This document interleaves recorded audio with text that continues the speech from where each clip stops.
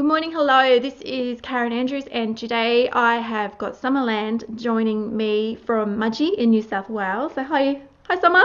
Hi. And Summer is joining me to talk about a particular part of writing that some authors and writers really don't like talking about, and that's what happens once you have a book out there in the marketplace. How do you promote it and market it yourselves without sort of coming across as a bit sleazy or a bit pushy?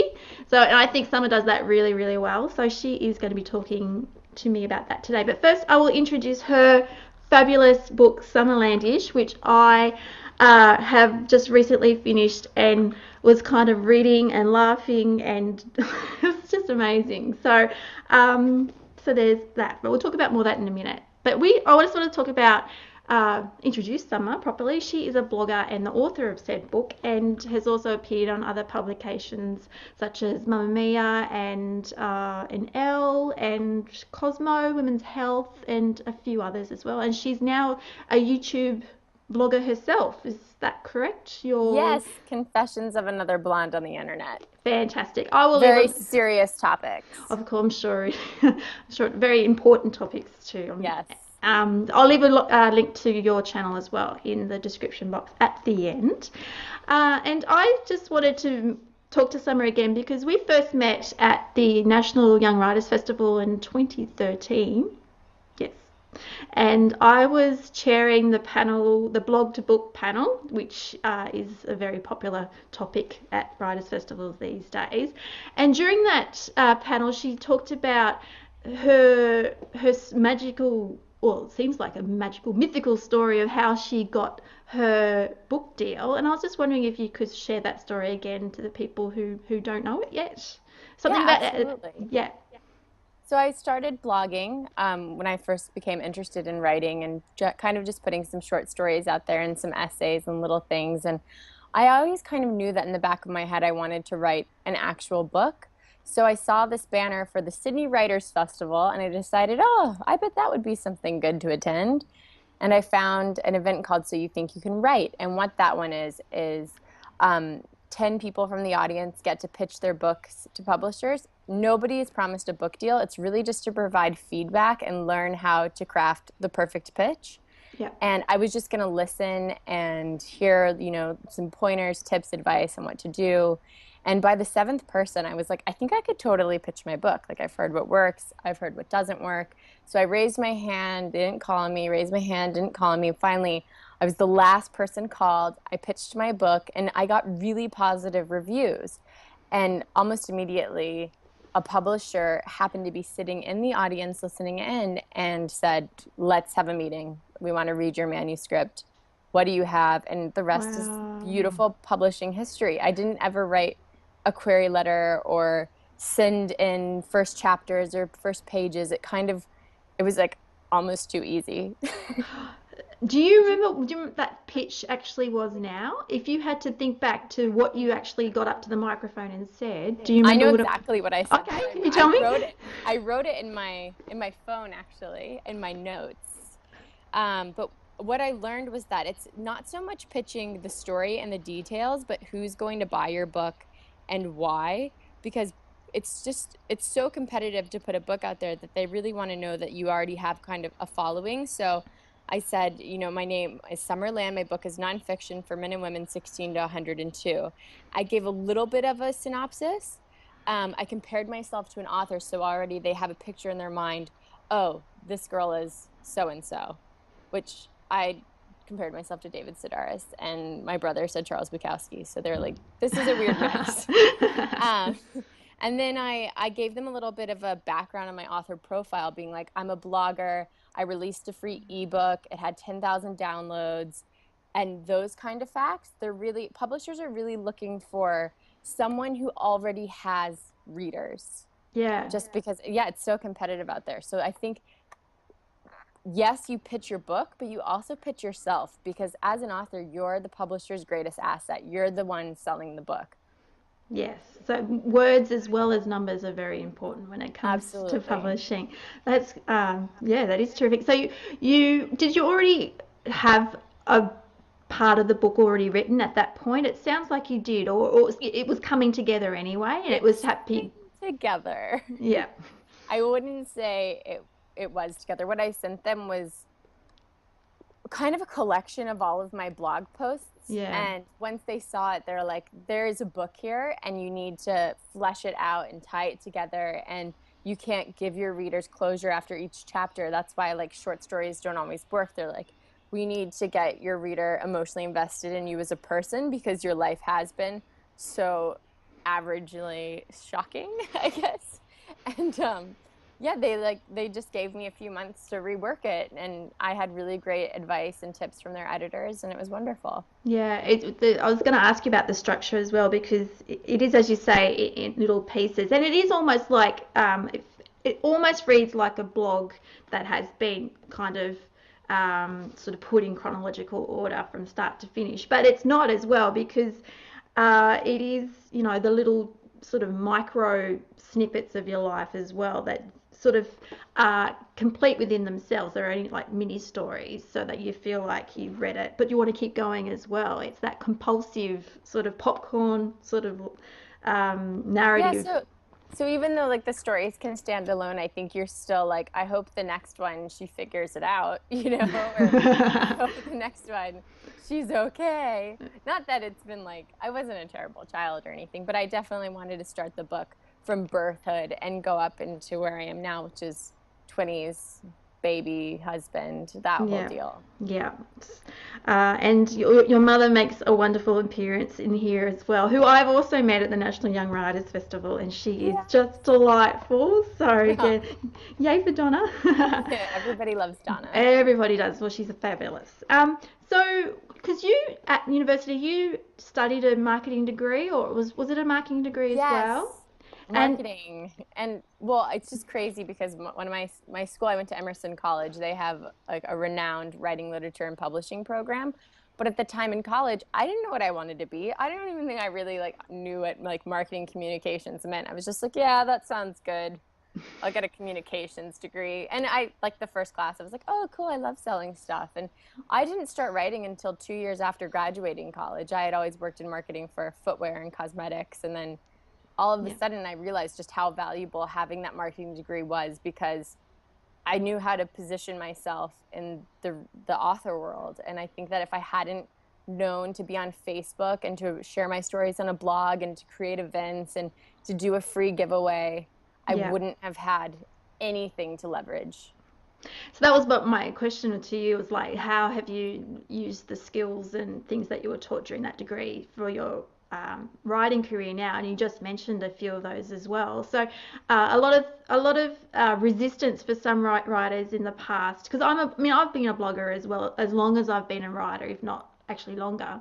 So I'm always I don't mind sort of putting things out there for free, but a lot of I don't want to say older writers, but some writers definitely, if they're freelancing for a living, they're quite resistant to blogging and giving away content when they could otherwise be paid for it. Do you see that side of the coin as well, or you just think, oh, the benefits far outweigh the? I totally see where they're coming from, but I just think that the whole blogging world and writing world is getting so crowded and there's so many talented authors that if you don't give something away as a teaser, if you don't show them that you are special and that you do stand out, then people aren't going to trust you. And there's so many books on their list to read. Like I follow a ton of book fans on Instagram and stuff, and this month's reading list is 10 to 15 different books. So you have to Yeah, you have to give them something, a reason to buy your book. And exactly. what I gave away was four tiny little stories put into a PDF with some graphics. Like it wasn't like I spent hours Yeah, putting together an EPUB. I didn't, like I literally made a PDF. Put that you it on can my do it that website. you can do at home with Yeah. minimal amount of software. So and And then is I that just shared it on Facebook, and I created an event. Like if someone has an event for a fundraiser or birthday party, and they invite friends on Facebook, I invited friends. I said, "This isn't an actual event. I'm just releasing an ebook. Invite your ah friends, tell the world." And by the time that I released it, I had like 1,400 people attending. So the first day, it was just like huge amounts of downloads. And that's where the 10,000 downloads came from, through Yeah, it through those just few little things. yeah, absolutely. And it was hard at that point because I didn't really know anyone, but I tried to send it to some more traditional new like media outlets like BuzzFeed or Perez Hilton or gossip blogs or things being like that Summerland just released this ebook, but those it didn't get picked up there at all, and I still managed to get those numbers just by using my own network. So don't get discouraged if traditional Yeah. PR tactics don't work. That's right. And then usually once, going back to numbers before, once you do have lots of downloads or hits or clicks or whatever under your belt, and then you send out a press release, or a media release, that's when it can happen as well. And that's why a lot of self-publishing success stories happen as well, because they get noticed through their own channels first, and build themselves up through a lot of hard work. Yeah. I got to add, and then they go out, and then they get noticed by the bigger corporations and media I remember outlets. speaking to my publisher. I was like, "What's your take on self-publishing?" And they said, it's such a good way to get out there. You know, if nobody's reading your manuscript for whatever reason, because a lot of great manuscripts get looked over. Mm. It's true. There's just Yeah, not enough time in the day to read them all. She said, if you release it as just say an ebook and it has amazing downloads, a publisher will still like possibly buy those rights from you and print your Abs- book for you. absolutely, it's happened. Yeah, lots of Yeah, times, over and lots and over. lots of So times. self-publishing is wonderful. And now with things like print on demand, you don't Mm. have to outlay huge costs at all. Correct, correct. Talking about your publisher as well, did you sit down with them and sort of go through to a kind of a marketing strategy together, or have you done your own thing and they've been happy for you to do your own thing, or has it been a We very did. sort of mixed It's totally venture? a joint effort. I have a really wonderful publicist there who has great connections, and she's the one that can get me into the writers festivals and Mm. Sydney Morning Herald to do a feature on me in Good Weekend or Cosmo, and just really great professional relationships that I don't think I would have been able to form on my own quite yet. But then in terms of me pitching myself for some other things, they'll always support me. I do all of my own online social media and stuff. They don't really weigh in there too much. Like, Mm. of course, as much as they can, but most of what I do on my blog and my YouTube, that's fully supported by me. Yeah, yeah. You mentioned Instagram as well before, because that's where I really noticed your book sort of marketing prowess come through as well. Because can you Yeah. explain what you do on there? You have is it the Summerlanders selfie? Is that the Yeah. hashtag you use? So Can you I just think I think I've been so successful on Instagram because I love Instagram. I'm a consumer of Instagram. Like someone posted photos of like a little outfit and I like bought my unborn son shoes and a sweater. You know, like I'm totally into Instagram. So I find it really easy to do fun giveaways or promote certain hashtags. So I did post a Summerlandish selfie, and that's people reading my book in super outlandish ways. And Yep. then every now and then I'll do a big print run of like bookmarks and put them on it and send them out. Or I, Oh, that's clever. Yeah. yeah, so just like kind of giving them, or I'll say, post a Summerlandish selfie and then one assigned copy of my book, Yep. or just post a Summerlandish selfie. There's also really good giveaways that you can do, like repost this cover and tag a friend you want to have a copy of my book. Or I do it with I don't do my book so often anymore because it's been out for a year and I feel like every now and then I'll do it, but I'm kind of tired of promoting myself. Yeah. But Yeah. I have other really great author friends, so I'll do it for them, and it's just like it's such a nice way to support the writing world and promote literacy. It's just a nice spin on something that can or like that has already been done before as well, and that's what I Yeah, liked about it. Because like when you regram some of the other ones, like there was like guys in naked in the snow, I yeah, think, they or are on the so beach. funny. I My don't know, they were son just hilarious. went to Indonesia and they have a monkey reading my book, and I swear he's like holding it and turning the pages, and he's gasping. He's like, It was very clever, so I really did to see that. And you also had an event out in Mudgee as well at one of the, was it Big W or was it Cross? Yeah, Yeah, so Mudgee's a small town, yeah. and we used to have two bookstores, and it dwindled to one, and just recently it shut its doors. And the only option we have for books now is Big W and Target. Yeah. And I was really, really surprised because when the local bookshop closed, Big W contacted me to stock my book and said, Oh, you can't get your book here anymore. We'd love to have it on shelves. And I just thought that was amazing because they're such a big company. And to support a local author, I was like, what? that is pretty cool because, yeah, that they've taken your notice. So that really does mean that you've made an impact to your Yeah, and local they're like, let's community. have the signing. And Mudgee has a really great readers festival, and they want to be involved. So their book section's actually really, really good. I love getting children's books there, and Yeah, my book. of course, of course. So that's so with before we sort of wrap things up today, like, can you give me in talking about uh, good examples of marketing strategies, can you tell me what, in your own opinion, what you see some authors do that they do right, and what are some things that you see that they're kind of doing wrong or they're a bit Yeah.